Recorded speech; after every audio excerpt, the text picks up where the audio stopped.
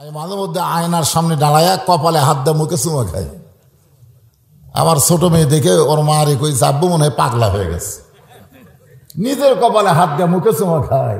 আমার বউ কয় কে কই এইটা কবে থেকে শুরু হলো? আমি বললাম হাই রে আমার কপাল ভালো। বলে কপাল ভালো কেমনে বুঝলেন? বিশ্বনবীর উম্মত হওয়া হলো ভাগ্যের ব্যাপার। ধরে কোন কথা ঠিক কিনা? যেই নবী আমাদের উকিল হবে, আল্লাহ যখন হাকিম হয়ে আমাদেরকে আসামি বানায় বিচার শুরু করবেন, ওই সময় আমাদের নবী আমাদের উকিল হয়ে ব্যারিস্টারি হয়ে আমাদের পক্ষে আল্লাহর কাছে জেরা করবেন, ওকালতি করবেন, আমাদেরকে জামিন করে জান্নাতে পৌঁছায় দিবে। এই জন্য আল্লাহর নবী বলেছেন আমার যারা উম্মত হয়েছে তোমাদের কোনো টেনশন নেই। ধরে কোন কি নাই? খালি ঈমান নিয়ে যদি কবরে আসতে পারো, আমি রাসূল ওয়াদা দিচ্ছি, খালি ঈমান নিয়ে যদি মরবার পারো, তুমি যত পাপী হও না কেন, তোমাকে আমি রাসূল জান্নাতে পৌঁছায় দিব ইনশাআল্লাহ। তাহলে শর্তটা কি? তার নাম হলো জীবন। তাহলে আমরা জীবন বাঁচাবো না ঈমান বাঁচাবো? তাহলে একটু মনোযোগ দিয়ে কথাগুলো খেয়াল করবেন। আল্লাহর প্রশংসা করার কারণ হলো যেই কোরআন থেকে আপনারা আলোচনা শুনবেন, এই কোরআনের মধ্যে কোনো ভেজাল নাই।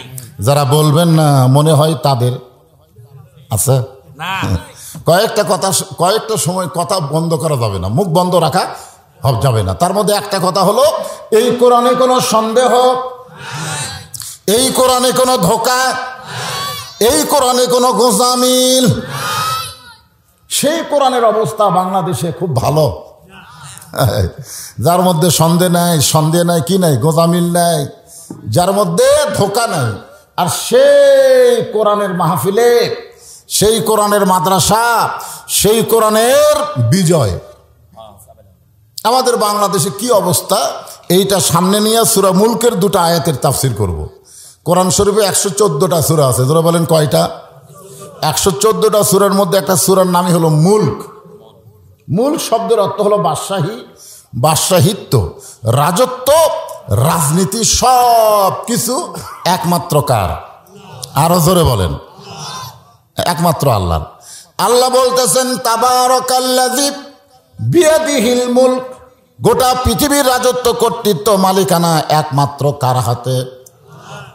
যারা বলবেন না তারা মনে হয় অন্য কারো হাতত দিয়ে রাখছেন। আয় রে, মানুষ বর্তমানে বাংলাদেশে আজরাইল ধরার টেনশনই করে না, পুলিশ ধরার টেনশন করে। জোরে কোন কথা ঠিক কিনা? আপনারা বলেন তো কোন ধরার গুরুত্ব বেশি, পুলিশ ধরা না আজরাইল ধরা? যত চেষ্টাই করেন ভাই, আজরাইল ধরা থেকে আমরা বাঁচতে পারবো না, আজরাইল আমাদেরকে ধরবেই। ঠিক কিনা বলেন? তো কি অবস্থায় ধরা দেবেন? কি অবস্থায় আমাদেরকে আজরাইলের সামনে ধরা দেওয়া লাগবে? সেই কথাটা আল্লাহর কোরআনে আছে না নাই? আল্লাহ বললেন আল্লাযী খালাকাল মাউতা ওয়াল হায়াতা, আল্লাহ তোমাদের মৃত্যু এবং জীবনকে সৃষ্টি করেছেন লিয়াবলুয়াকুম, পরীক্ষা করার জন্যে। সেই পরীক্ষার বিষয়টা হলো আইয়ুকুম আহসানু আমালা, আইয়ুকুম আহসানু আমালা। পরীক্ষার সাবজেক্টটা হলো সুন্দর আমল। কি আমল? সুন্দর আমল। আহসান মানে সুন্দর, অতীব সুন্দর। যেরকম নবীর 2টা নাতি ছিল, নাম হলো হাসান, হোসাইন, সেখান থেকে আহসান।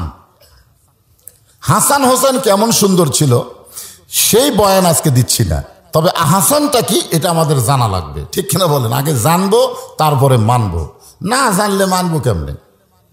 এই জন্য আল্লাহ বলেছেন কোরআনে সামিনা, আগে তোমরা শোনো, এরপরে ওয়াতাআনা, তারপরে তোমরা আনুগত্যশীল বান্দা হও।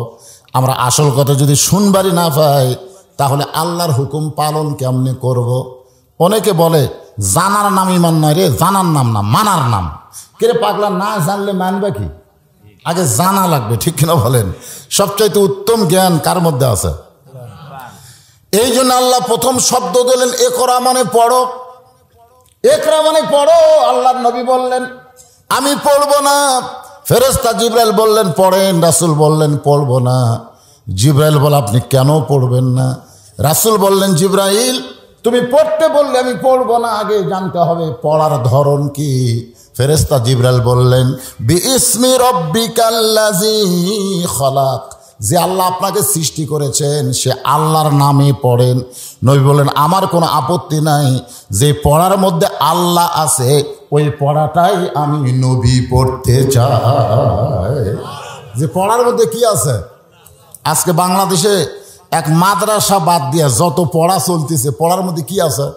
আপনি প্রাইমারি যান, যা দেখবেন ছোট বাচ্চারা পড়তেছে আগডম বাগডম ঘোড়াডম সাজে ঢাক ঢোলক ঝাঁঝর বাজে। আপনার বলেন তো ঢোলক বাজান কি জায়েজ না হারাম? তিনটা জিনিস আমি খেয়াল করছি। ঢোলক যখন বাড়ি দেয় না, দোজক দোজক দোজক দোজক এরকম একটা শব্দ হয়। এরপরে হারমোনি, তারপরে ও আর একটা যে খঞ্জন নাই, এরকম আছে না নাই? হারমোনি বলতেছে কে কে কে কে, ওই বলতেছে তিনজন তিনজন। আসলে ইসলামে এগুলো সম্পূর্ণ হারাম। আর আমাদের কমলমতি বাচ্চাদেরকে এই আগডুম বাগডুমের শিক্ষা দেওয়া হয়। আইরে আই টিয়ে নাই ভরা দিয়ে, না দেখালো বোয়াল মাছে তাই না দেখা ভোদন নাচে। এ গেল প্রাইমারির অবস্থা। আর হাই স্কুলের অবস্থা নতুন একটা সিস্টেম চালু হয়েছে। শরীফ একজন ছেলে শরীফা হওয়ার জন্য প্রতিযোগিতা করতেছে। হাই রে শিক্ষা ভাই, লজ্জা রাখার জায়গা নাই। জোরে কোন কথা ঠিক কি না? এগুলো কি শিক্ষা? এইগুলোর নাম শিক্ষা? শিক্ষা কারে হয়? রাসূল বলেছেন খায়রুকুম মান তাআল্লামাল কুরআনা ওয়া আল্লামাহ। ওই ব্যক্তি হলো পৃথিবীর সবচাইতে দামি সম্মানী জ্ঞানী, যে আল্লাহর কোরআন শিখেছে এবং অপরকে কোরআনের শিক্ষা দেয়। 90% মুসলমানের দেশে আগডম বাগডমের দাম আছে, কিন্তু হাফিজি মাদ্রাসার কোনো দাম নাই। জোরে কোন কথা ঠিক কিনা? এমন একটা দেশে আমাদের জন্ম, যেই দেশে শয়তানের দাম আছে কিন্তু আলেমের দাম নাই, জালেমের দাম আছে কিন্তু আলেমদের কোনো সম্মান নাই। বাজান একটু মনোযোগ দিয়ে শুনবেন। আইয়ুকুম আহসানু আমালা, তোমাদেরকে সুন্দর আমল করা লাগবে। সুন্দর আমল করতে গেলে সব জায়গায় সুন্দর আমল করা যায় না। সুন্দর আমল করতে গেলে সুন্দর একটা পরিবেশ লাগবে। জোরে কোন কি লাগবে? পরিবেশ। পরিবেশ যদি সুন্দর না হয় আপনি সুন্দর আমল করতে পারবেন না। তো এই যে মসজিদ সবচাইতে দামি জায়গা, ঠিক কিনা বলেন? আপনার বাড়ি থেকে মসজিদ আসতে 100 গজ, বেশি না। আপনি ইচ্ছা করলেই সামনে কাতারে 5 ওয়াক্ত নামাজ পড়তে পারেন, পারেন না?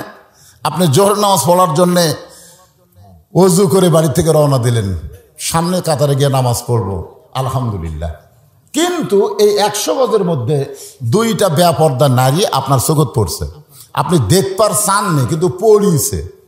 যারা মোটর সাইকেল চলায় তারা কোনোদিন চোখের মধ্যে পোকা ঢুকাবার চায়? তো পোকা ঢুকাবার চায়, কিন্তু হঠাৎ কিন্তু ঢোকে কি ঢোকে না? তো পোকা ঢুকলে আপনি কাপড় দিয়ে, নরম কাপড় দিয়ে পোকা বাইর করে পারেন। কিন্তু একটা বেপর্দা নারী যদি আপনার চোখত পড়ে, আপনার বলেন তো এটা কি দিয়ে বাইর করবেন? ও ডুব ধুলি বাড়াবি।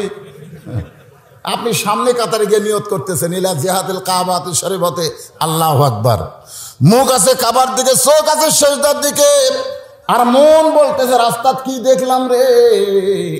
এই জন্যে একটা হাদিস আছে বিস্তারিত, হুজুরি কলব ব্যতীত করছেন কালেও নামাজ তোর হবে না। জানেন না? লা সলাতা ইল্লা বি হুজুরিল কলব। কি কম আগে কিভাবে লিবি? আর সাফার মতন বুদ্ধি আছে? থাকলে একটু চাপেন তো দেখি। আমি তো দেখতেছি চাপার মতন। আরে হাঁটুটা তো আটা লাগবে, বুঝলেন না? যে ফাঁকা আছে ওর মধ্যে হাঁটু আছে রে।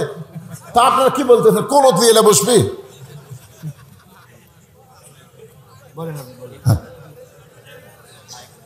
এ ভাই একটু আসেন তো দেখি, যদি কারোর সামনে থাকে ভাই। কারণ শোনেন, আমরা এমন একটা দেশে বসবাস করি যেই দেশ হলো গোটা পৃথিবীর সবচাইতে ঘনবসতি। জোরে ঘন কথা ঠিক কিনা? আপনার বলেন তো বাংলাদেশের চাইতে ঘনবসতি কোনো দেশ আছে? অথচ 12 লক্ষ রোহিঙ্গা মুসলমানকে আমরাই জায়গা দিছি। এত ঘনবসতি পরে রোহিঙ্গা মুসলমানকে জায়গা দেওয়ার অভ্যাস যদি আমাদের থাকে, তাহলে যারা দাঁড়ায় আছে ওরা কি রোহিঙ্গা? ওরা হামাকেরি ভাই। ওদের বসতে দেওয়ার জন্য একটু কষ্ট করে হলো চাপে আছে বা বসেন আর জিকির করেন লা ইলাহা ইল্লাল্লাহ, লা ইলাহা ইল্লাল্লাহ, লা ইলাহা ইল্লাল্লাহ মুহাম্মাদুর রাসূলুল্লাহ সাল্লাল্লাহু আলাইহি ওয়াসাল্লাম। এতক্ষণ ধরে মোহাম্মদ রাসূলুল্লাহ বললে কি বলা লাগবে সেটা বুঝালাম, তারপরে সাল্লাল্লাহু আলাইহি ওয়াসাল্লাম নাই। যখনই নবীর নাম উচ্চারণ করবেন এই সংক্ষিপ্ত দরুদ না পড়লে ধ্বংসের কাতারে যাওয়া লাগবে, এবারে ধ্বংস। আসতে বলছেন আপনারা বলেন তো, দরুদ শরীফ আপনি যখন পড়বেন এর সোয়াব কোন কান্দে লেখা পড়ে? ডান কান্দত লেখা পড়ে। দরুদ শরীফের সোয়াব আছে? দরুদ শরীফ ইবাদতি না, সব করতে হবে। দরুদের কোনো সব নেই, পৃথিবীর কেউ বলা পারছে না দরুদের সোয়াব। আরে দরুদের সোয়াব থাকলে আপনার ডান কাতের ফেরেশতা লিখতো, কিন্তু সোয়াব নাই, এত ওজন যে ফেরেশতারা লিখতে পারবে না। এই জন্য ফেরেশতারা এটা বহন করে নবী রওজা মোবারকে জমা দেয়। ধরে খান সুবহানাল্লাহ। এই ফেরেশতার বাপেরও ক্ষমতা নেই যে লিখবি, আরে এত ওজন ভাই। রাসূলের রওজা মোবারকে জমা দেয়, তো জমা দিবার গেলে ফেরেশতা করে শোনা লাগবে না? ফেরেশতার কি মনের খবর জানে? আপনাকে একটু জোরে বলা লাগবে যেন ফেরেশতারা শুনবার পায়, ওরা যেন লিয়ে যায় জমা দেয়। মনে মনে জিকির করেন, সমস্যা নাই, কারণ মনের খবর আল্লাহ জানে। আল্লাহ হচ্ছে মনের খবর জানে। আল্লাহু আলিমুম বিজাতিস সুদূর। জিকিরের মালিক আল্লাহ, মনে মনে জিকির করেন, কোনো সমস্যা নাই। কিন্তু দরুদ শরীফের মালিক আল্লাহ না ভাই, এর মালিক হচ্ছে মুহাম্মাদুর রাসূলুল্লাহ। যে নবীও মনের খবর জানে না, ফেরেশতারাও মনের খবর জানে না। এটা রাসূলের কাছে জমা দেওয়া লাগবে, বিদায় একটু জোরে বলাই লাগবে সাল্লাল্লাহু আলাইহি ওয়াসাল্লাম।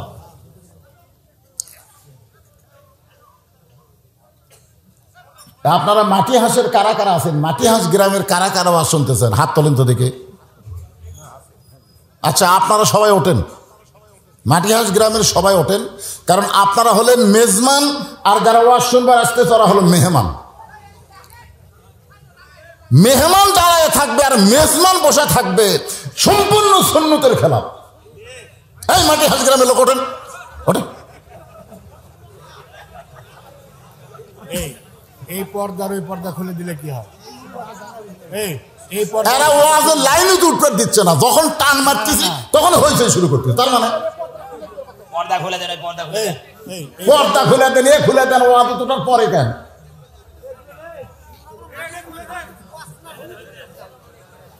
এখন কি করবেন? নবীর সুন্নত, যে নবীর সুন্নত হলো মেহমানদেরকে বসতে দেওয়া।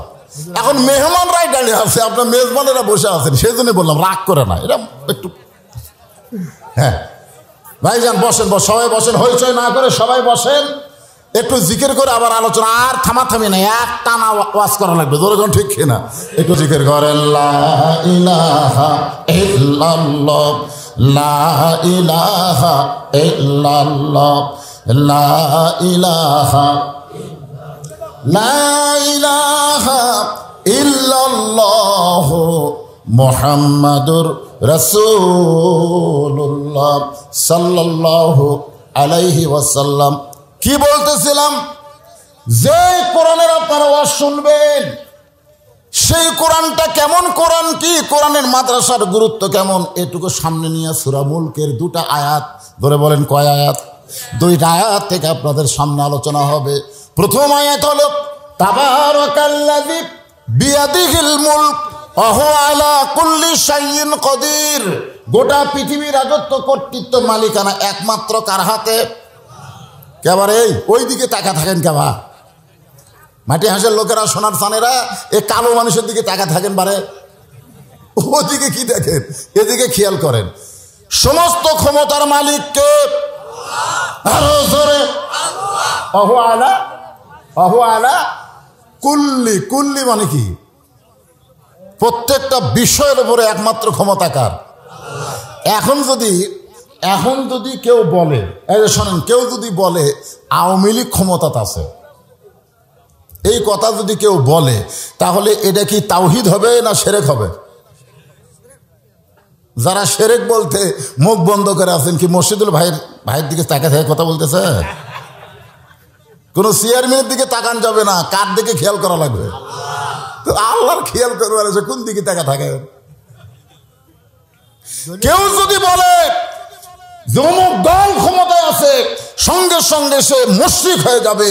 কোনো দল ক্ষমতায় নাই, একমাত্র ক্ষমতায় আছে কে?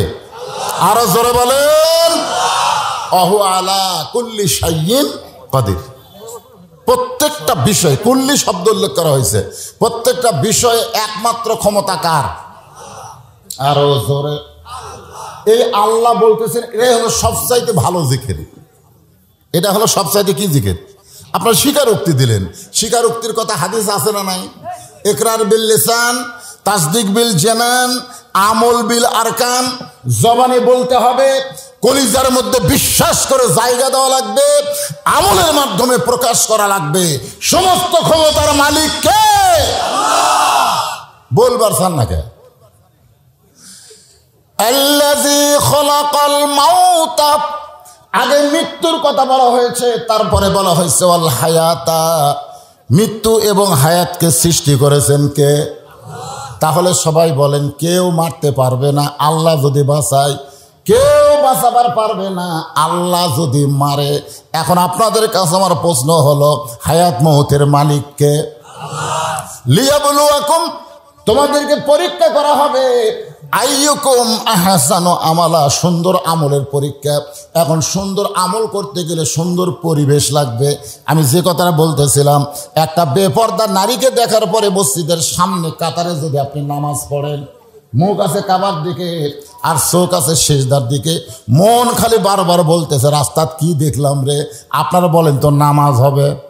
কেন হবে না?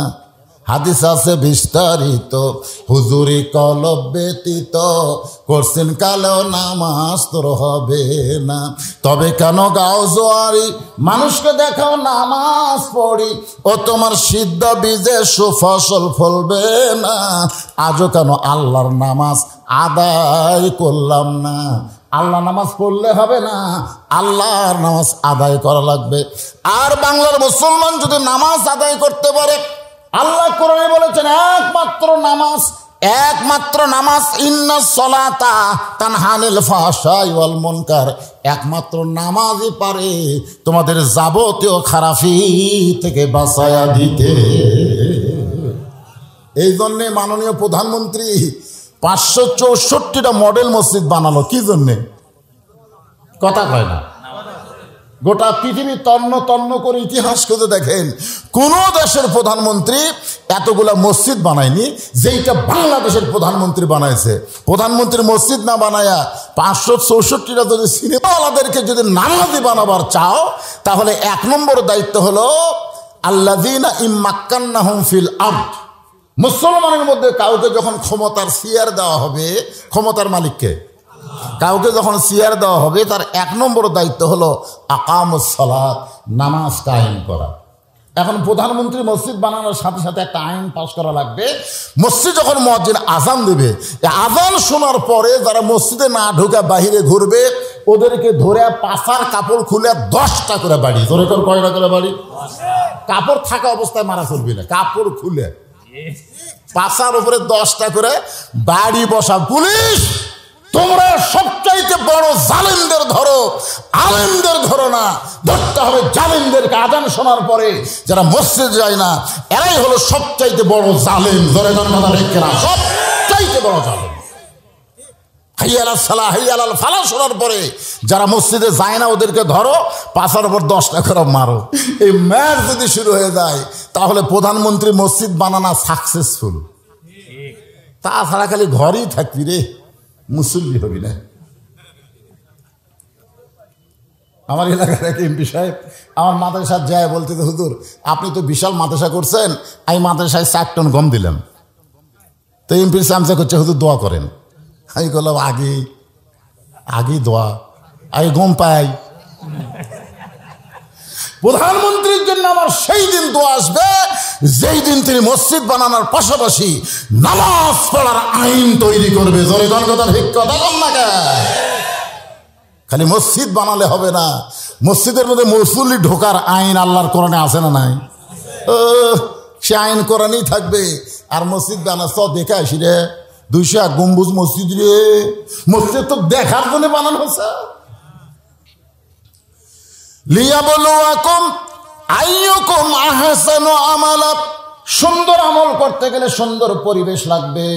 সুন্দর পরিবেশ যদি তৈরি করতে চান সুন্দর একটা সমাজ লাগবে। সুন্দর একটা সমাজ যদি তৈরি করতে চান সুন্দর একটা রাষ্ট্র লাগবে। সুন্দর একটা রাষ্ট্র গঠন করতে গেলে মানুষের তৈরি করা আইন দেওয়া হবে না, আমার আল্লাহর কোরআনের আইন লাগবে। এই জন্য আমরা সকলে বলবো, আমি বলবো আল কোরআনের আলো, আপনারা বলবেন সব জায়গায় যা আলো। সংসদে না, সব জায়গায়। আপনারা বলেন তো সব জায়গার মধ্যে সংসদ আছে না নাই? তাহলে আমরা হেকমতে স্লোগান দেবো, জোরে কোন ঠিক কিনা? সংসদের কথা বললে হয়তো মসজিদ ভাই বলবে ওই জামাত ইসলাম করে রে, তাছাড়া সংসদ করে। আমাকে মায়ের হবে হেকমতে মায়ের, জোরে কোন কি মায়ের? ডাইরেক্ট কোনো কথাই হবে না। উদউ ইলা সাবিলি রাব্বিকা বিল হিকমা। হিকমা আল্লাহ বলেছেন মাউইযাতুল লিল হাসানা, সুন্দর ভাষায় হেকমতের সাথে মায়ের হবে। আমি যেই বলবো আল কোরআনের আলো, আপনারা বলবেন সব জায়গায় জালো। বলতে রাজি আছেন? আল কোরআনের আলো,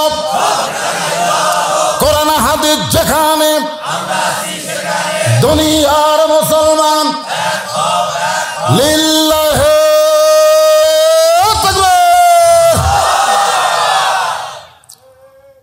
এই পৃথিবীর সবচাইতে খারাপ মানুষ, এই পৃথিবীর সবচাইতে খারাপ মানুষ ছিলেন হযরত ওমর। তখন তার নাম হযরত ছিল না, নাম ছিল ওমর ইবনুল খাত্তাব। পৃথিবীর নবীর বিরুদ্ধে কেউ কথা বললে, নবীর নামে কুৎসা রটনা করলে তাকে আমরা যা তাই বলি, জোরে কোন কথা ঠিক কিনা?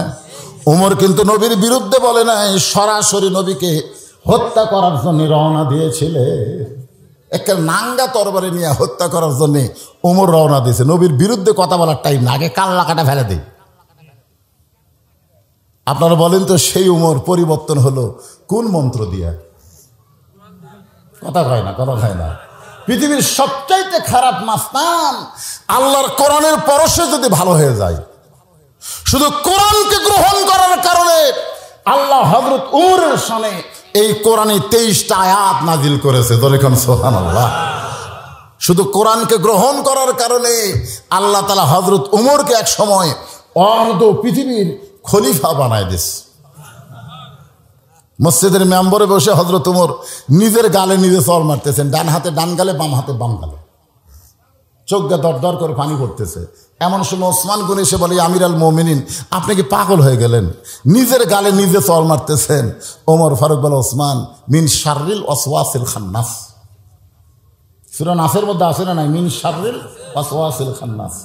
খান্নাস আমারে ধোঁকা দেয়। ওসমান গনি বলে, কি বলে ধোঁকা দিচ্ছে?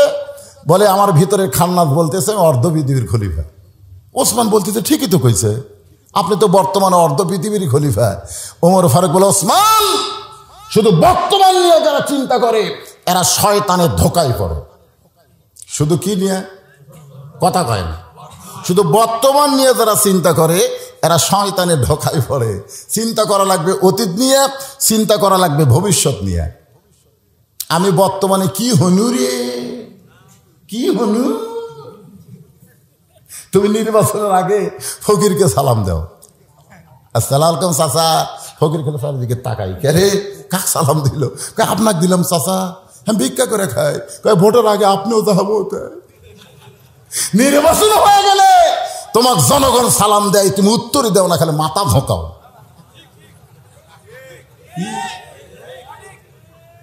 তুমি অতীতে চেয়ারম্যান ছিলে না, এমপি ছিলে না, তখন তুমি কেমন ছিলে? বর্তমান চেয়ারম্যান এমপি হয়ে তুই কি হনু রে? আমি আমার অতীতের কথা বলতেছি। অতীতে আমি রাস্তার দাঁড়িয়ে থাকতাম, আমি কোনো টুপিওয়ালা দাড়িওয়ালা মানুষ দেখলি দৌড়ে গিয়ে হাত ধরে বলতাম, ভাই আমি ওয়াজ করে পারি, ভাই হক দাওয়াত দেন। জনগণ বলতো, ওই তোর নাম শুনিনি জীবনে, তুই কিসের বক্তা? 10 জন 20 জনের হাত ধরলেও একজনও দাওয়াত দিত না। এটা হলো আমার অতীত।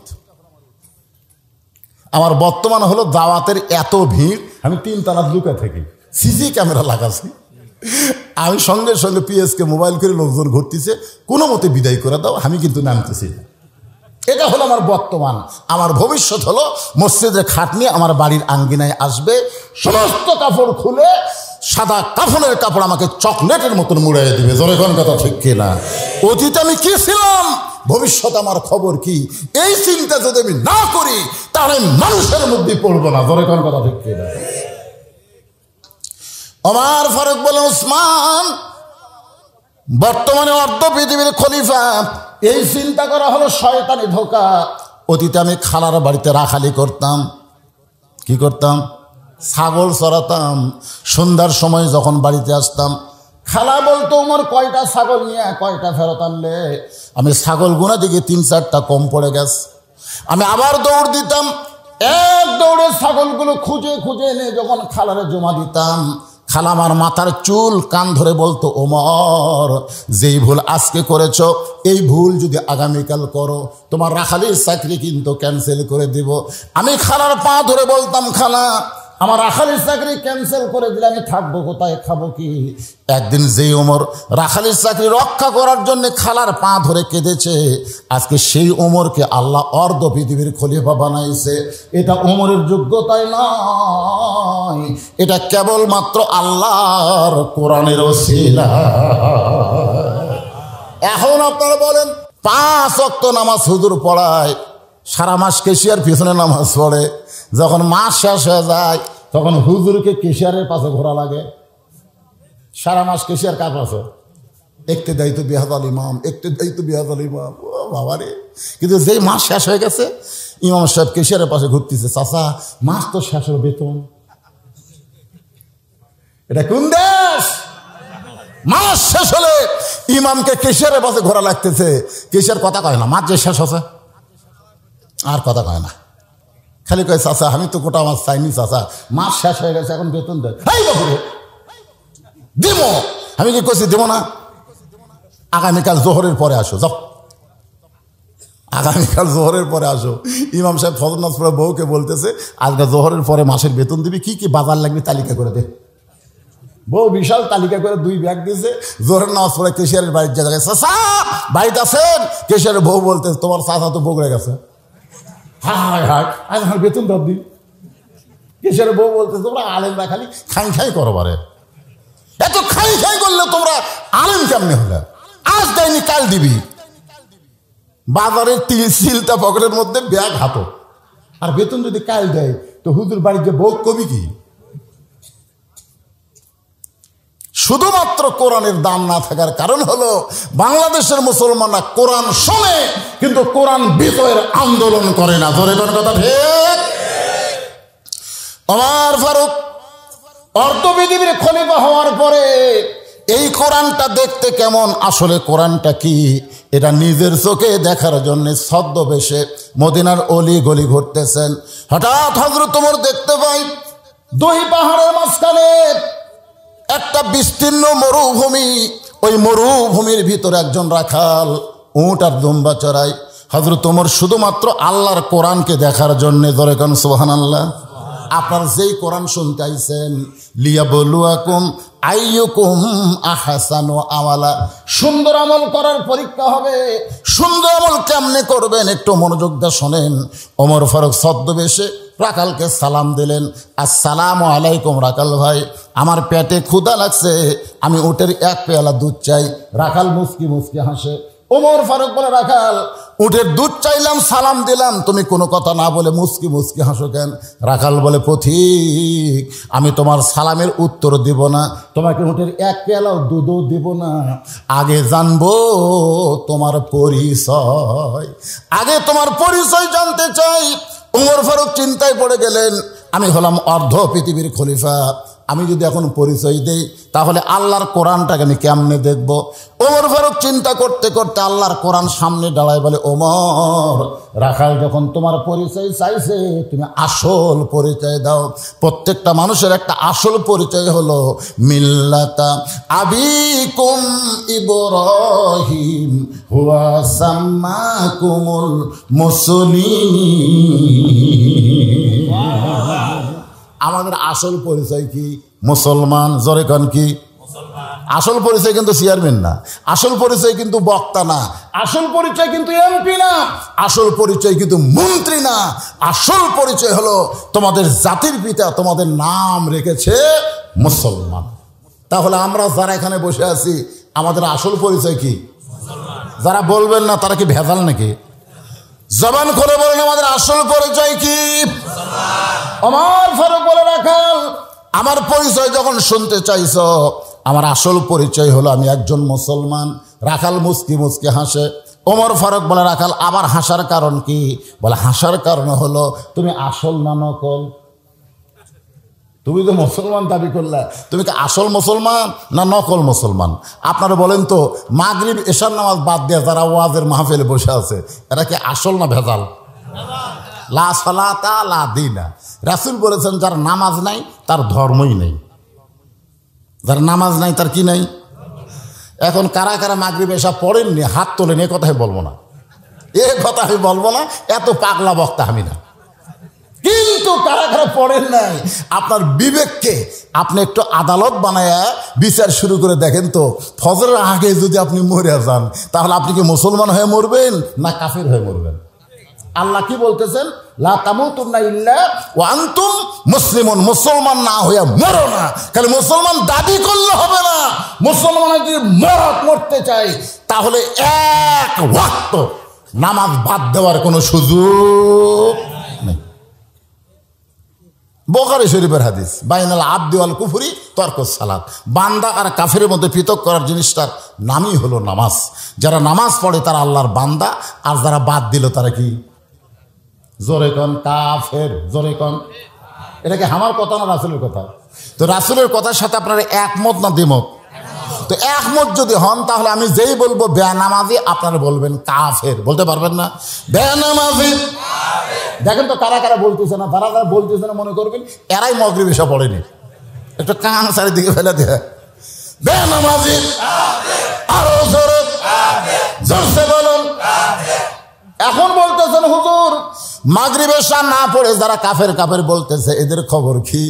আল্লাহ রাসূল বলেছেন, যদি সে ফজর থেকে নামাজ পড়ার নিয়ত করে কাফের কয়, তাহলে যত নামাজ না পড়ার পাপ হয়েছে এই নিয়ত করার সঙ্গে সঙ্গে রহমানুর রহিম নামের ওসিলায় আল্লাহ পাপকে মাফ করে দিয়েছে। মাফ করার মালিককে আল্লাহ। একটু মনোযোগ দিয়ে শুনবেন। রাখাল বলতে তো পথিক, তুমি মুসলমান পরিচয় দিলে, তুমি আসল না নকল? ওমর ফারুক বলে, রাখাল মুসলমান তো মুসলমানই, এর মধ্যে আসল নকল কি? রাখাল বলতেছে, আসল মুসলমান যারা হবে তারা চাওয়ার ব্যাপারে সতর্ক থাকবে। আসল মুসলমান জীবন যাবে, কিন্তু বাতিলের কাছে সাহায্য চাবে। জোরে কোন। দরকার হলে ইহুদির সৈন্যদের সামনে বুক করে দাঁড়াবে, হাতে পাথর, ওদের হাতে বুলেট, ওরা গুলি করে, কিন্তু আসল মুসলমান আল্লাহু আকবার বলে দুনিয়া থেকে বিদায় নেয়। আসল মুসলমান জীবন দেবে, কিন্তু বাতিলের সঙ্গে আপোষ করবে। কিন্তু আমাদের বাংলাদেশে নাই। আল্লাহরে ধন্য বীরে দিয়া, আল্লাহ আছে গায়েব হইয়া, নবীর ধন খাজা নিয়ে আছে আজমিরে, কেউ ফেরে না খালি হাতে, খাজা রে তোর দরবারেতে। আপনারা বলেন তো, এই গান গাওয়া তৌহিদ না শিরক? তো নাউজুবিল্লাহ করলেন না কেন? আমার দয়াল বাবার দরবারেতে কেউ ফিরে না খালি হাতে।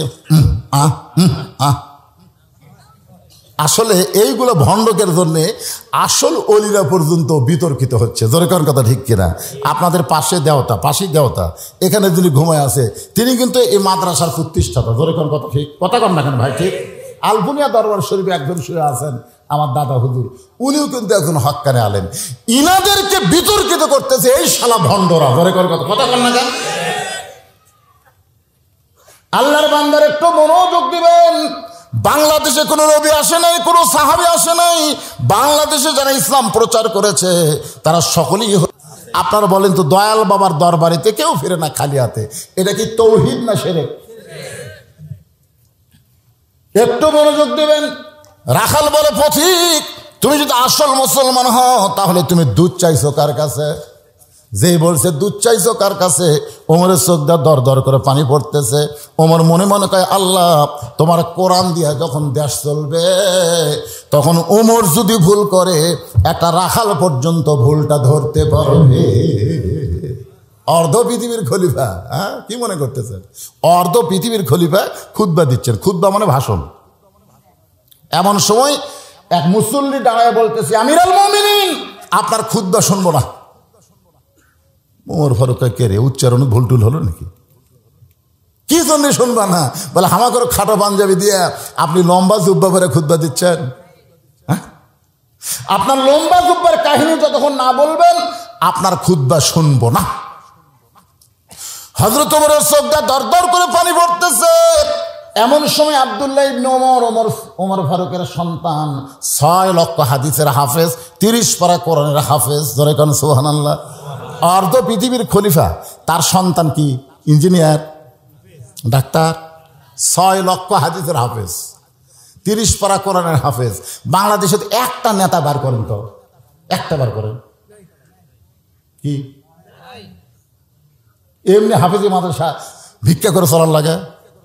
খালি 15টা এমপির ছেলে যদি হাফেজ হতো না, ওরা সংসদের মাননীয় স্পিকার সব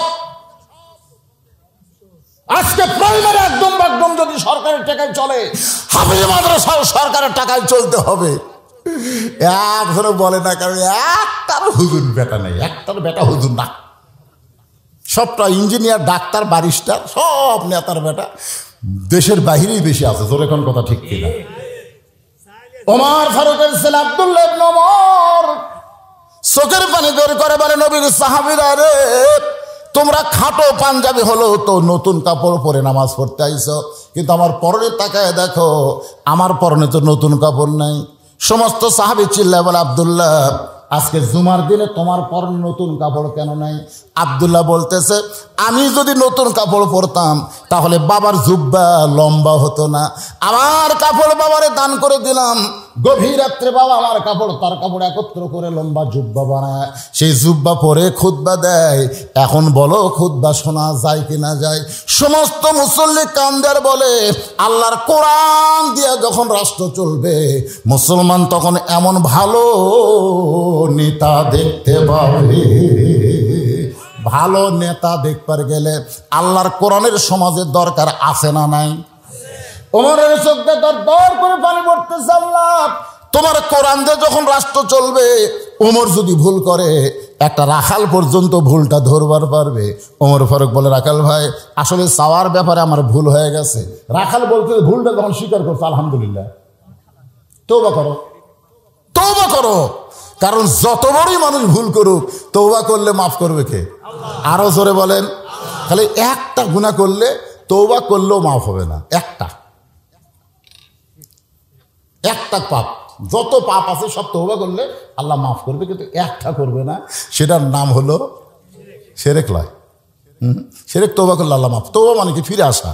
তওবা মানে ফিরে আসা। আমি আর কোনোদিন শিরক করবো না, আল্লাহকে মাফ করে দিলাম। আমি আর কোনোদিন জিনা করবো না, আল্লাহকে মাফ করে দিলাম। আমি আর কোনোদিন চুরি করবো না, আল্লাহকে মাফ করে দিলাম। আমি আর কোনোদিন মানুষ খুন করবো না, আল্লাহকে মাফ করে দিলাম।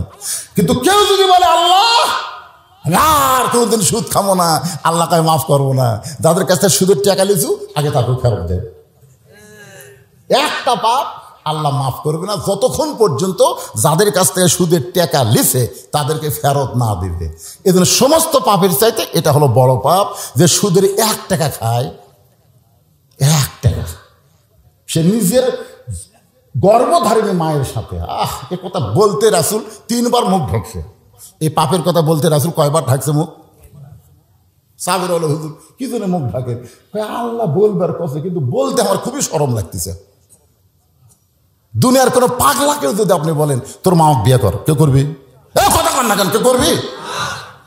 আর যে শালারা সুদ খায়, এই শালারা তো কি পাপি করতেছে ভাই। আপনাকে বাটি হাসে কোনো সুদারু নাই, আচ্ছা যদি থাকে আজ গ্যাস ঠিক হবে। কি মন খারাপ করতেছেন? কথা মন খারাপ? আরে সামনে দাওয়াত না দেন, আজকের ওয়াজটা শোনেন। লিয়াবলুয়াকুম আইয়ুকুম আহসানু আমালা, সুন্দর আমল কারে কয় এইটা বোঝানোর জন্য বলতেছি। ওমর ফারুক বলে, ভাইজান চাওয়ার ব্যাপারে আমার ভুল হয়ে গেছে। রাখাল বলতেছে, ভুলটা যখন স্বীকার করছে তাহলে তওবা করো। ওমর ফারুক বলতেছে, আস্তাগফিরুল্লাহ। রাখাল বলতেছে, হবে না, তুমি মূর্খ মানুষ, তুমি কেমনে তওবা করবা? আমি তওবা করাই আর তুমি আমার সঙ্গে তওবা পড়ো। ওমর ফারুক বলে, রাখাল আমি মূর্খ, এটা তুমি কেমনে বুঝলে? রাখাল বলতেছে চাওয়ার ব্যাপারে সতর্ক থাকে না, এ হলো সবচাইতে বড় মূর্খ। এবার রাখাল হযরত ওমরকে তওবা পড়াচ্ছেন। যারা মাগরিব এশার নামাজ পড়েন নাই ফজর থেকে পড়বেন এই নিয়ত করছেন, আর যারা এশার নামাজ আদায় করেছেন যেভাবে আদায় করা দরকার আমরা সেইভাবে করতে পারি নাই। এই কারণে সকলেই আল্লাহর কাছে তওবা করি। সবাই বলেন আস্তাগফিরুল্লাহ, পড়েন আস্তাগফিরুল্লাহ রব্বি মিন কুল্লি যামবি ওয়া তুবু ইলাইহি। ওমর ফারুক তওবা পড়ার পরে বলতে, রাখাল ভাই আল্লাহর হস্তে ওটের এক পেয়ালা দুধ দাও, যেই দুধটা পান করে আমি ক্ষুধা তৃষ্ণা নিবারণ করতে চাই। রাখাল মুস্কি মুস্কি হাসে। ওমর ফারুক বলে, রাখাল আবার হাসো কেন? আল্লাহর হস্তে চাইছি। রাখাল বলে, পথিক তওবা করার পরে তুমি আবার মুনাফিকি করলে। যেই বলছে মুনাফিক, সঙ্গে সঙ্গে ওমরের চেহারা রক্তের মতন লাল হয়ে গেছে। ওমর ফারুক রাগ করে বলে, রাখাল রে তোমার মুখে যা আসে তাই বলো, আমার মধ্যে মুনাফিকের কি দেখলে? রাখাল বলতেছে, অত রাগ করো কেন? লিমা তাকুলু, এই আয়াতটা খেয়াল করবেন, লিমা তাকুলু মালা তাফালুন। বক্তা ওয়াজ করে কিন্তু আমল করে না। এক ছাত্র এসে কয়, হুজুর আমার বাড়ি তো বহু দূরে, তো ওই নদী দিয়ে ব্রিজ দিয়ে আসতে আপনার মাদ্রাসায় খুবই কষ্ট হয়, বহু হাঁটা লাগে। তেমন কোনো দোয়া নাই যে দোয়া পড়লে নদী পার হওয়া যায়। হুজুর কাছে বেশি লগে পার হবো, এমনি কেলাতে কেলাতে কষে ওই সেটাই বিশ্বাস করছে। ওই আর ব্রিজের কাছে না যে নদীর কাছে বিসমিল্লাহ করে চোখ বন্ধ করছে, ওই পার হয়ে গেছে।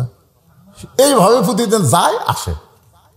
একদিন হঠাৎ আর মাও কইছে, কে রে যে হুজুরের দোয়া শিখে তুই নদী পার হোস নৌকা ছাড়া, সে হুজুরকে একদিন দাওয়াত দে। আমি কথা, হুজুর আমার মাও তো আপনাকে দাওয়াত দিছে, যাওয়া লাগবে। পীর সাহেব হুজুরা তো দাওয়াত পেলে সেই খুশি, যাওয়ার সময় ভালো হুজুর যায়। কেন এদিক তো নৌকা ব্রিজ নাই, ব্রিজ কি করবেন হুজুর? আসেন। বিসমিল্লাহ কে পাও দিয়েছে, ওই পারদা খাড়া আছে। হুজুর কি খবর, আপনি আসেন। পীর সাহেব খালি কাপড় তুল দিয়েছে, বিসমিল্লাহ কে পারান হুজুর।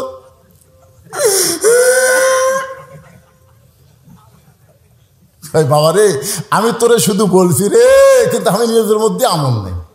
আল্লাহ বলেছেন লিমা তাকুলু মালা তাফালু। বক্তা আগে তোদেরকে তক্তা বানায় জাহান্নাম দেওয়া লাগবে। জোরে কোন কথা ঠিক কি না? দীর্ঘ 17 বছর বাংলার জমিনে ওয়াজ করছি। টাকা চায়া দেয় কি, যা দিছে ওপরে 100, ভিতরে খালি 10। 17 বছর বেকার দিছে আমি। হ্যাঁ, ওপরে একটা 500 টাকা লোন দিতে, ভিতরে খালি 10 দেওয়া, এই মোটা করে দিতে গুনে নেওয়া যায় নাই হুজুর, আমিও থুছি। কিন্তু 2007 সালে আমার সাতকার সাহাবী যখন মারা গেল অ্যাক্সিডেন্ট করে, তখন চিন্তা করলাম ওই না মরে যদি আমি মরতাম, শেষ শেষ, নামগন্ধই থাকতো না। আমি সেই দিন থেকে নিয়ত করলাম, কামাই কর্ম, টাকা নেব, নবীর মাদ্রাসা আল্লাহর ঘর তৈরি কর্ম। বর্তমান 200 শতক জায়গার উপরে, আবার সেদিন কিনলাম 35 শতক। 35 শতক জায়গার দাম হলো 26 লাখ টাকা। চিন্তা করে দেখেন কি দামি জায়গা। সেখানে এখন প্রায় 250 শতক জায়গার উপরে মসজিদ মাদ্রাসা এতিমখানা নির্মাণ করছি আপনাকে টাকা দিয়ে। আমি চাই চিন্তা মাদ্রাসা চালা পারবো না, একটা টাকাও দান সদকা দেওয়া হয় না। সম্পূর্ণ আপনাদের যে টাকা দেন ওয়াজের পরে, সেই টাকাতে মসজিদ মাদ্রাসা এতিমখানা নির্মাণ করছি। এখন মরে গেলেও আমি মরবো না। ধরে কথা কর না, কেন মরে গেল আমি মরবো না। রে হুজুরের মাদ্রাসা আছে রে, মসজিদ আছে রে, আল্লাহ করে যা তুই বেঁচে থাক। কি ভাবতেছে ভাই রে, ব্যাগার কম দেয়নি ভাই, এক জায়গা দিছে নিচে খেয়ার উপরে চট। একজন খেতা বিছে দিয়ে হুজুর এটা থাকেন শীতের দিন তো, তার আমি একটু শুয়ে আছি বুঝলেন। একজন যা বলতেছে হুজুর খেয়ারকে আরো দিব, এমনি খালি খসখস করতেছে, দেখা খেয়ারকে আরো দেবো। আমি কি গরু যে খেয়ার খামা? তবে হুজুর এদিন সব মানে তা বলতে আমি গরু কি খেয়াল খাবো? হুজুর এত রাগ করছেন কেন? শীতের দিন হুজুর খেয়ার দিলে আপনি উষুম পাবেন, এই জন্যই বলতেছি। আমি আলেমদের খুব ভালোবাসি তো, ওরা হাত ধরে বললাম ভাই আমি বুঝতে পারিনি, ভাই তুমি আলেমদের এত ভালোবাসো বুঝতে পারিনি। তো সংসারের খবর কি? হুজুর 2 জামাই আইছে আপনার ওয়াজ শোনার জন্য। আমি জামাইকে খেয়ার কত দিচ্ছেন? হুজুর আপনি জানেন জামাইকে খেয়ার দেওয়া যায়? জামাই নিচে তোষক পরে লেপ, ও জামাইরে খেয়ার দেওয়া যায় না, বক্তারে কই আরো দিব।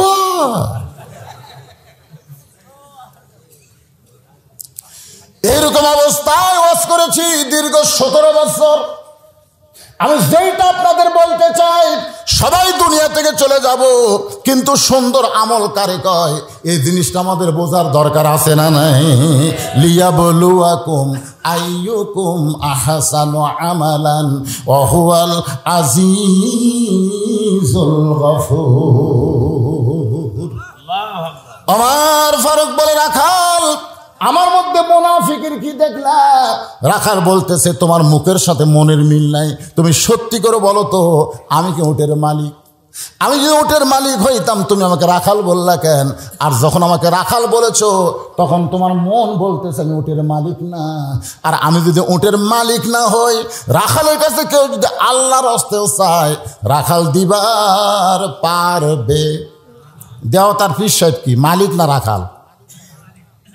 দেওতার পীর সাহেব মালিক, বজলুল রশিদ কি মালিক না রাখাল? হ্যাঁ, এই জন্য আলফুনা দরবার শরীফে যিনি শুয়ে আছে উনি কি মালিক না রাখাল? কেউ যদি যায় বলে, দাদা দাদা দাদা বড় বিপদে পড়ছি দাদা, সাথে সাথে ইয়া কানা বুধু ইয়া কানা স্তাইন বাতিল হয়ে যাবি। কে রে চাওয়া লাগবে কার কাছে? তুই হাত পাতে তো কার কাছে? কেবল টেস্ট থেকে নামছি পাবনা, ইতিমধ্যে একজন দৌড়েছে, হুজুর 100 টাকা দিয়ে হুজুর দোয়া করে, চকচকা টাকা, সেই সময় 100। পকেটে থেকে কয় কি দোয়া? হুজুর আমার বইয়ের পেটে বাচ্চা হয়েছে, আল্লাহ যেন পুত্র দেয়। আমি তো আমার খবর জানি, পকেট থেকে 200 বার করে দিলেন। হুজুর আমি তো কে কাছে দোয়া? এই পাগলা, আমি 3টা মেয়ের বাপরে, আমার দোয়া দিয়ে বেটাচল হলে তাহলে আল্লাহ আগে হামাক দিত। আমার বইয়ের পেটে যখন বেটাচল হয়নি তখন তোর বইয়েরটা হবে না? তবে হুজুর তার আমার টাকা আমার দেন, আপনি ডাব নিলেন, আপনার ডাব নিলেন। ওরে যখন টাকা দিলাম মারছে দৌড়, পিছন দিকটা হাত ধরে বললাম কোথায় দৌড়াস? বলে সেই হুজুরের কাছে যাবো যার বেটা সওয়াল আছে। আমি কইলাম কোনো হুজুর না, কোনো পীর না, কোনো মাজার নয়, পাইতে যদি চাও ইমানকে ক্লিয়ার করো, কেবল মাত্র আল্লাহর কাছে চাও। ইয়াকা নাবুদু, একমাত্র চাইতে হবে কার কাছে? রাখাল বলে, পথিক সত্যি যদি উটের দুধ চাও, এখান থেকে মালিকের বাড়ি হলো 10 মাইল দূরে। ওই মালিকের বাড়ির গিয়া বলো, রাখাল ও মালিক, তোমার রাখাল উট আর দুম্বা চড়ায়, তুমি যদি হুকুম দাও তাহলে রাখাল আল্লাহর হস্তে উটের 1 পেয়ালা দুধ দেবে। ওমর ফারুক বলে, রাখাল ভাই অত দূর কষ্ট করে মালিকের বাড়ি যাওয়ার দরকার নাই, বরং তোমাকে 2টা টাকা দিলাম, এই 2টা টাকার বিনিময়ে তুমি উটের 1 পেয়ালা দুধ দাও। রাখাল চারিদিকে তাকায়, উমর কয় কি দেখো? রাখাল বলে, পথিক তুমি কি জানো হযরত উমর আল্লাহর কোরআন দিয়ে রাষ্ট্র চালায়? তুমি কি জানো? উমরের গুপ্ত বাহিনী যদি দূর থেকে দেখ পারবাই, তুমি আমার 2 টাকা ঘুষ দিছে, আর মালিক বাদ আমি তোমাকে উঠে 1 পেয়ালা দুধ দিলাম, তাহলে তোমাকেও ধরবে আমাকেও ধরবে। এই বয়সে কি তুমি ধরা পড়বার চাও? ওমর ফারুক কয়, রাখাল ভাই আসলেই তাই রে, উমরের গুপ্ত বাহিনীর কথা মনেই নাই রে। আমরা 2 জন পাহাড়ের গুহার মধ্যে যাই, তোর গোপনে 2টা টাকা দিব, তুই গোপনে উঠে 1 পেয়ালা দুধ দিবি। রাখাল চিল্লায় বলে, তুমি ভণ্ড, তুমি ভণ্ড, তুমি ভণ্ড। ওমর ফারুক বলে, আমার মধ্যে ভণ্ডামির কি দেখলাম? রাখাল কান্দের, পথিক রে, যেখানে উমরের গুপ্ত বাহিনী দেখবার পায় না, আমার মালিক জানতে পারে না, সেখানে রাখালের আল্লাহ দেখতে পায়। যেখানে কেউ দেখে না সেখানে কে দেখে? তাহলে যারা একজন 10টা ভোট মারছে, 1 লাখ, ওই কিন্তু মনে করছে কেউ দেখতেছে না। কথা কন না কেন? কেউ দেখতেছে? শুধু 2টা জিনিস খেয়াল করবেন। কয়টা? 1 নম্বর হলো কেউ না দেখলেও কে দেখতেছে, আর কেউ না দেখলেও এই 2 কান্দের ফেরেশতা কিন্তু দেখতেছে না। তাহলে আপনি দরজা জানলা বন্ধ করে কম্বলের মধ্যে, এই যুবকেরা কি দরজা বন্ধ করে চালু করছে, মোনাজাত করতেছে, সব মোনাজাত করে। খালি যদি বিশ্বাস করো, বাপ মা ঘুমাইলে কি হবে? আল্লাহ ঘুমাইতেছে না, সব দেখতেছে। দরকার কথা ঠিক কিনা? আল্লাহ ঘুমায় নাকি? আপনাদের কি মনে হয় আল্লাহ ঘুমায়? হায় হায়, কেউ না দেখলেও আল্লাহ দেখতেছে। খালি এই বিশ্বাসটা করলে 100টা মারবার পারবি? কথা কন না কেবারে, কথা কন না কে? কোন অন্যায় কাজ করা যাবে না, রাখাল চিল্লাল, পথিক ওমরের গুপ্ত বাহিনী দেখতে পাবে না, মালিক জানতে পারবে না, কিন্তু রাখালের আল্লাহ দেখতে পায়। সঙ্গে সঙ্গে হযরত ওমর মারছে দৌড়, এক দৌড়ে পাহাড়ের পাদদেশে জায়নামাজ বিছায়া 2 হাত তুলে আল্লাহকে বলতেছে, আল্লাহ তোমার কোরআন এত সুন্দর, তোমার কোরআন এত সুন্দর। তোমার কোরআন যখন চালু থাকে তখন কেউ না দেখলো আল্লাহ দেখতেছে, এই বিশ্বাস মানুষদের কলিজার মধ্যে ঢুকে যায়। কোরআন যখন চালু থাকে তখন কেউ না দেখলো কে দেখতেছে, আরো জোরে কন। কিন্তু আমাদের বাংলাদেশে আল্লাহর কোরআন চালু না থাকার কারণে একটা জুতা পর্যন্ত আমরা মসজিদের মধ্যে নিয়ে যাই, ঠিক কিনা? এখন আমি মসজিদে নামাজ পড়ে যাওয়ার সময় আমার সাহাবী কই, জুতা সামাল করিস কেন? কার ভয়ে ঢুকতেছি? কিন্তু জুতা সামাল কার ভয়? কথা হয় না।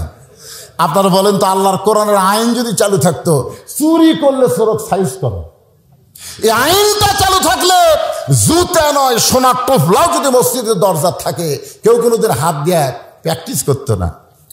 দিত দিবার গেলি আল্লাহর কোরআন বলতো। একটু মনোযোগ দিবেন।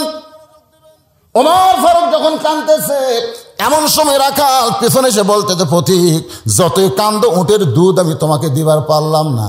ওমর ফারুক বলে, রাখাল ভাই উটের দুধের কোনো দরকার নাই, বরং তোমার কাছে আমি জানতে চাই, তুমি না দেখে আল্লাহকে কলিজার মধ্যে জায়গা দিয়ে আল্লাহর কোরআন অনুযায়ী চলতেছ, এর বিনিময়ে তোমার চাহিদা কি? একটা চাহিদা আছে না নাই? মনে করেন মামুনুল হক বর্তমানে জেলখানাত বন্দি আছে। কেউ জিজ্ঞেস করে, মামুনুল হক তুমি যে জেলখানাত বন্দি আছো, তুমি তো চুরি করনি, ডাকাতি করনি, তাহলে হক কথা বলার কারণেই তুমি জেলখানাত।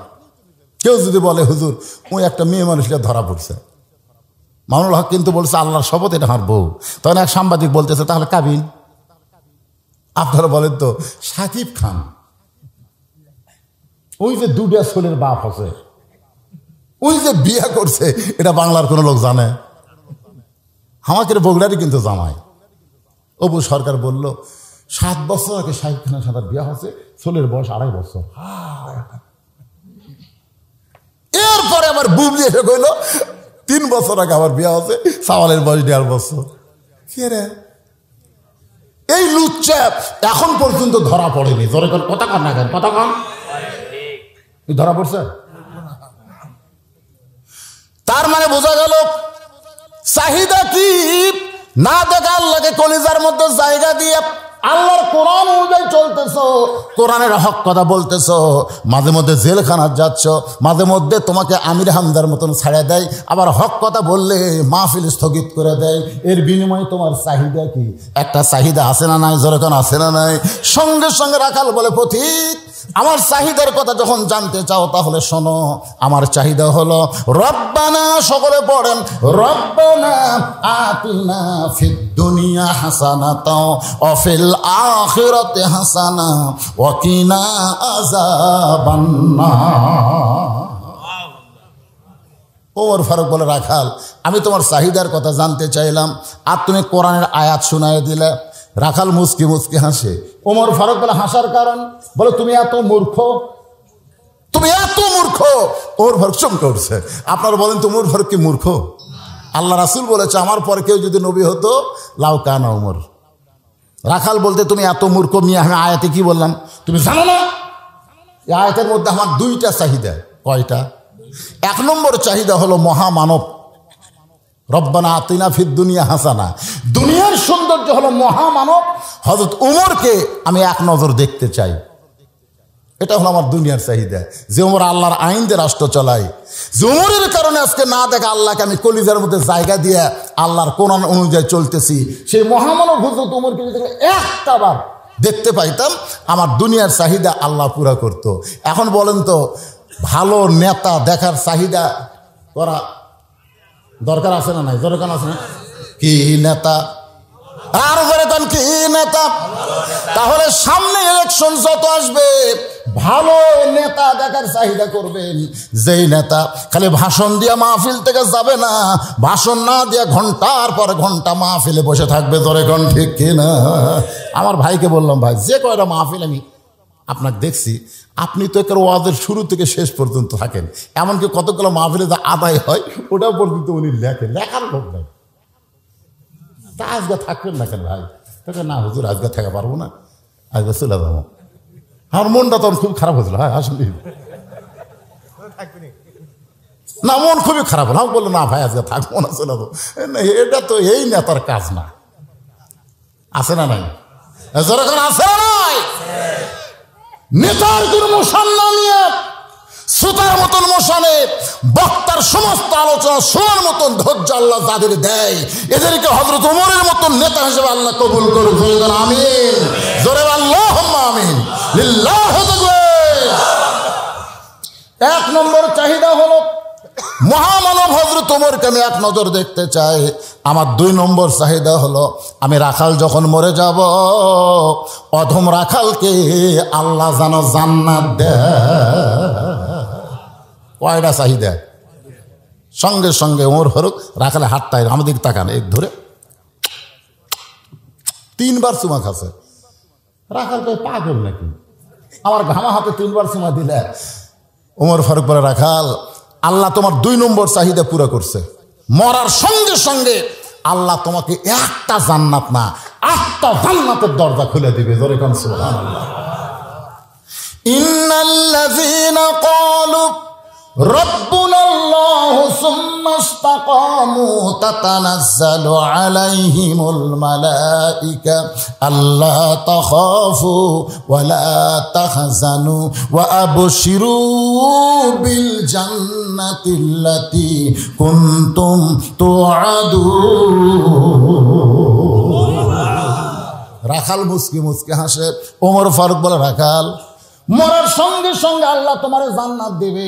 এ কথা শোনার পরে সুবহানাল্লাহ না বলে মুস্কি মুস্কি হাসো কেন? তোমার মুখত কি সুবহানাল্লাহ নাই? রাখাল বলে, প্রতীক তুমি আমাকে পাগলা মনে করছো। মরার পরে জান্নাত দিবে এই বাকি কথা তুমি ভালোই কইলে, কিন্তু হযরত ওমরকে আমি এক নজর দেখতে পাবো, এই কথা বলতে তোমার কোন জায়গায় বাজে? মরে গেলে জান্নাত, টাকা দিল 10 বেশ তো ফসা ফস, এ সব বক্তা আওয়াজ করে পাবে। মরার পরে জান্নাত, এই বাকি কথা ভালোই কইলে, কিন্তু হযরত ওমরকে আমি এক নজর দেখতে পাবো, সেই নগদ কথা বলতে তোমার কোন জায়গাত বাজে? ওমর ফারুক চিন্তায় পড়ে গেল, আমি যে ওমর, এই কথা রাখালকে কেমনে বলবো?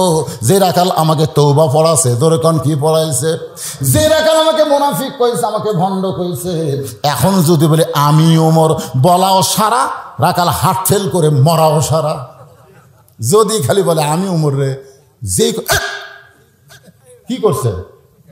তওবা পড়াছে, ধরে কোন কি করছে? মুনাফিক কইছে, ভণ্ড কইছে। ওমর ফারুক চিন্তায় পড়ে গেলেন, এখন আমি কি করব? এমন সময় আল্লাহর কোরআন বলতেছে, দুইলা সাবিলি রব্বিকা বিল হিকমাহ। ওমর তুমি তো ওমর, এটা ডাইরেক্ট না বলে এর নাম হলো হিকমত। টাঙ্গাইলে ওয়াজ করতে গেলাম, টাঙ্গাইল কালীগঞ্জ থানা, কালীহাতি থানা ওয়াজ করতেছি। আমি একসময় বললাম, মেয়ে মানুষের জোরে কোরআন তেলাওয়াত করাও জায়েজ নাই। মেয়েরা জোরে কথা বললে, পরপুরুষ শুনলে পর্দার খেলাপ হয়ে যায়। মানে এত মেয়েরা চিল্লাচিল্লি করতেছে, ওদেরকে থামানোর জন্য ওয়াজ করছি। আমি কি ভুল করছি? ঠিকই করছি। কিন্তু ইতিমধ্যে এক ছেলে পাইছে, এক মেয়ে বলছে, হুজুর মেয়েরা জোরে কথা বললে যদি পরপুরুষ শোনা না জায়েজ হয়, তাহলে প্রধানমন্ত্রী জাতির উদ্দেশ্যে যে ভাষণ দেয়, এটা শোনা কি? মানে এমন একটা প্রশ্ন করছে, মাননীয় প্রধানমন্ত্রী জাতির উদ্দেশ্যে যখন ভাষণ দেয়, এটা শোনা জায়েজ না হারাম? এখন যদি আমি বলি হারাম, আপনারা বলেন তো ভাই, ওই কালীহাতি থেকে আমি বগুড়া যেতে পারবো? যৌবনের ওই পারি আমার সাইজ করে ধরে কর কথা ঠিক করে। আমি চিন্তা করলাম, এটা ডাইরেক্ট বলা যাবে না, এটা হেকমত মারা লাগবে। ধরে কারণ কি মারা লাগবে? আপনারা বলেন তো, হেকমত আছে না নাই? ওমর ফারুক বলেন, রাখাল সত্যিই যদি হযরত ওমরকে দেখতে চাও, তাহলে তোমাকে ফজরের নামাজ সামনে কাতারে আদায় করা লাগবে। ফজরে যদি সামনে আদায় করতে পারো, মেহরাবের দিকে লক্ষ্য করে দেখবা, যে মানুষটা ইমামতি করতেছে ওই মানুষটি হলেন হযরত ওমর। আল্লাহর কোরআন দিয়ে যখন রাষ্ট্র চলবে, তখন প্রত্যেকটা নেতাকে মুসল্লি হলে চলবে না, নেতাদের ইমাম হওয়া লাগবে। আরে না, দেখেন না শোনেন, কিন্তু ঠিক কথাটা তো বলবেন। আল্লাহর কোরআন দিয়ে যখন বাংলাদেশ চলবে, প্রত্যেকটা নেতাকে আগে কি হওয়া লাগবে? মসজিদের ইমাম হওয়া লাগবে। ধরে বলেন কি হওয়া লাগবে?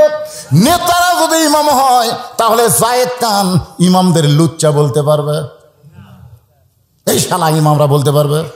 সব নেতা ইমাম, আর চাপা ভেঙ্গে দিবি। জোরে কোন কথা ঠিক কিনা? কিন্তু আমরা গরিব মানুষ যাই, প্রত্যেকটা ইমামই হলো গরিব মানুষ ভাই। একটু মনোযোগ দেন। ওমর ফারুক বলে, রাখাল সত্যি যদি ওমরকে দেখবার চাও, তাহলে ফজরের নামাজ তোমাকে সামনে কাতারে আদায় করা লাগবে। রাখাল ফোঁপায় ফোঁপায় কান্দে। ওমর ফারুক বলে, কান্দো কেন? বলে, আমি বারান্দায় নামাজ পড়ি, আমি মসজিদের ভিতরে ঢোকার সাহস পাই না। ওমর ফারুক বলেন, বারান্দায় নামাজ পড়ো, মসজিদের ভিতরে ঢোকার সাহস পাও না কেন? বলে, মসজিদের ভিতরে নবীর দামি দামি সাহাবি, ওই দামি দামি সাহাবির মধ্যে আমি রাখাল কেমনে যাই, এই জন্য আমি বারান্দায় নামাজ পড়ি ভাই। ওমর বলে, রাখাল তুমি কম দামি, আর মসজিদের মধ্যে নামাজ পড়ে বেশি দামি, এই কথা তোমাকে বুঝাইল কে? আল্লাহর কথা হলো, ইন্না আকরামাকুম ইনদাল্লাহি আতকাকুম। ওই ব্যক্তি সবচাইতে দামি হয় যার কলিজার মধ্যে আল্লাহর বেশি ভয়। আপনারা বিশ্বাস করবেন, অনেক বক্তাকে আল্লাহ জাহান্নামে নিয়ে যাবে, অনেক শ্রোতাকে আল্লাহ জান্নাত দিবে। মনে করেন আমাকে আল্লাহ নিয়ে যাচ্ছে জাহান্নামে, জিব্বা সেই লম্বা করছে, মাছ ধরার বসি জিব্বার মধ্যে ঢুকে দিছে। আমার মাথার টুপি দাড়ি লাল, কালো জুব্বা পরে আমি আসি, হাঁকটাই নিয়ে টেনে জাহান্নামত নিয়ে যাচ্ছে, আর আপনারা জান্নাত যাচ্ছে। যাওয়ার সময় বলতেন, হুজুর হুজুর আপনার ওয়াজ শুনে আমরা 5 ওয়াক্ত নামাজ ধরছি, আপনার ওয়াজ শুনে আমরা আল্লাহর হুকুম আমল করি, আল্লাহ আমাকে জান্নাত দিল, আর আপনি জাহান্নামত কেন?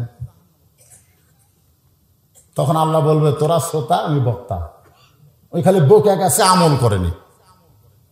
ওই ব্যক্তি সম্মানিত যার কলিজার মধ্যে আল্লাহর ভয় বেশি। নিচে বসে আছেন দেখে আপনারা কম দামি, চেয়ারে বসে আছেন দেখে আমি বেশি দামি, এইটা মনে করা যাবে না।